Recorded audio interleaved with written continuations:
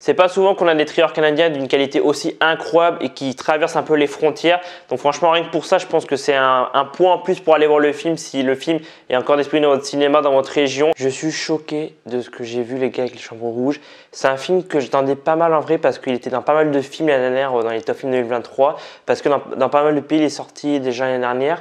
Et du coup, c'est plus un film de 2023. Alors nous, il compte plus pour 2024 parce qu'il est sorti il y a 15 jours de ça. J'ai vu le film vendredi soir. Et là, on est lundi quand je suis en train de vivre. Enfin, on est mardi parce qu'il est, il est minuit 2, donc on est mardi. Et j'ai mis 2-3 jours à vraiment faire la critique parce que le film m'a vraiment mis une claque. Je m'attendais à ce que le film soit bon parce qu'il y avait quand même d'excellents retours.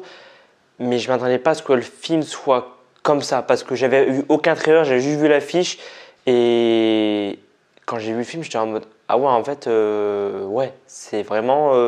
Ça parle du Darknet, c'est un procès par rapport à un mec qui a kidnappé des filles blondes. Il les a découpées pour le Darknet et on appelle ça les Red Rooms, les chambres rouges en français. Et rien que d'en parler, ça me met des frissons parce que le film. Déjà, l'acteur qui interprète le tueur en série, il parle pas du film. Il est derrière une cage, il y a le procès qui a lieu et tout. Et franchement, c'est flippant que le mec il parle pas. Il y a juste un moment donné, il va regarder, on va voir qu'il bouge pas mal, mais en fait, il regarde jamais les autres, toi. Et à un moment donné, il y a une scène, il faut que j'en parle parce que franchement, cette scène, ça me glace sans rien d'en parler. Il y a donc Juliette Caripi, attendez, si je ne me trompe pas, l'actrice principale du film. On a donc Juliette Caripi qui interprète Kelly Ann, qui va s'habiller en blonde, elle va s'habiller avec l'uniforme du lycée et tout. Et là, les flics et tout ont débarqué, ils vont l'enlever de la salle de procès. Et juste avant de l'enlever de la salle du procès, le mec fait un regard. Vraiment, il est comme ça, posé, d'un coup, il fait un regard comme ça, et il fait. Et je vous jure, ce moment donné là, ça m'a glacé le sang. Et je pense qu'on est beaucoup à avoir eu un truc vraiment à ce moment-là. Et vraiment, on n'était que 2 dans la salle. Au début, on était 4, mais après, il y en a 2 qui sont sortis. Et ce moment-là, franchement, je l'ai encore en tête. Et même hier et tout, quand je travaillais, j'avais ce moment-là où elle est habillée en blonde et tout, elle met ses bagues et tout au niveau des dents.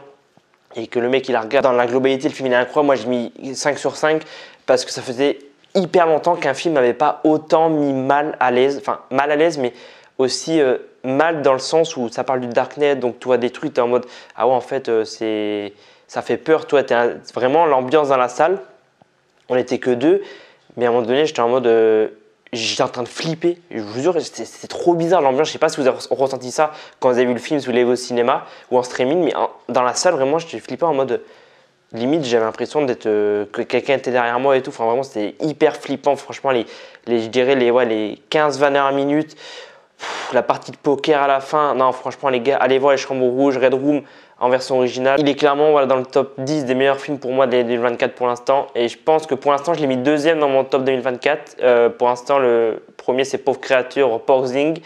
Mais j'hésite à le mettre premier parce que vraiment, ça faisait très longtemps qu'un film m'avait pas fait ressentir ça. Toi, en mode, j'étais pas bien, j'étais pas serein. Juliette Caripi, je connaissais pas cette actrice, mais elle est incroyable dans le film de bout en bout. Elle est incroyable.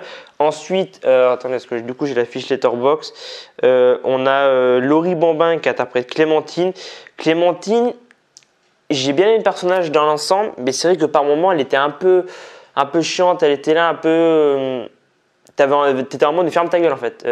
T'étais un peu saoulante, tu vois. Et je sais pas si c'était le cas pour vous. Est-ce que vous avez trouvé le personnage de Clémentine un peu insupportable par moment? Ouais, je trouvais que par moment elle était un peu, ouais, mais ferme ta gueule en fait et laisse faire les gens, tu vois. Les Chambres Rouges, les gars, il est terrifiant, il est angoissant, il te prend vraiment de bout en bout et les 15 dernières minutes, je vous le dis, t'es pas bien, t'es vraiment hyper angoissé et ça vient vraiment chercher tes peurs limites les plus profondes. Et par moments, tu as vraiment l'impression que tu n'es plus dans une salle de cinéma. Le film te prend tellement avec toi que vraiment, à un moment donné, moi, j'étais en mode. J'étais complètement déconnecté et j'étais en mode, mais en fait, je suis dans une salle de cinéma. Et vraiment, à un moment donné, j'étais vraiment hyper terrifié. Le film, là, vraiment, il te fait passer par toutes les émotions possibles. Vraiment, c'est hyper dérangeant, c'est malaisant, c'est traumatisant, c'est flippant. Il y a vraiment des moments où là, tu es un peu en mode ok, tu vas peut-être un peu sourire et tout par rapport au personnage de Clémentine, mais c'est vrai que je crois que j'avais déjà dit dans certaines critiques que le film faisait passer par toutes les émotions, mais là c'est vrai que Les Chambres Rouges c'est vraiment le cas. J'ai jamais ressenti ça pour un film les gars, ou alors il y a très longtemps mais je me rappelle pas. C'est vraiment waouh. Quand le générique commence, t'es en mode les gars, c'est fini parce que là, je suis pas là. Voilà les gars, je m'arrête ici pour la critique du film Les Chambres Rouges Red Rooms en version originale qui est donc en salle depuis le 17 janvier. En vrai, je pense que j'ai dit ce que j'avais à dire. J'ai pas envie de faire des critiques trop longues de genre 20-25 minutes parce que je pense que je vais me répéter encore et encore. Donc en tout cas, j'espère que cette critique de Les Chambres Rouges vous aura plu. Dites-moi en commentaire si vous avez le film, qu'est-ce que vous avez pensé. Est-ce que vraiment niveau émotion, ça vous a fait un peu comme moi et comme beaucoup de personnes, ou alors ça vous a rien fait du tout. Dites-moi ça en commentaire et dites-moi aussi ce que vous avez pensé du film. Est-ce que pour vous c'est un des meilleurs films de l'année 2023 et 2024 parce que nous il est sorti en 2024 en France. Dites-moi ça en commentaire et moi je vous dis à dans quelques jours pour d'autres vidéos. C'était Alban, prenez soin de vous les gars, à très vite. Call me again, junk in your Benz, driving home under the influence.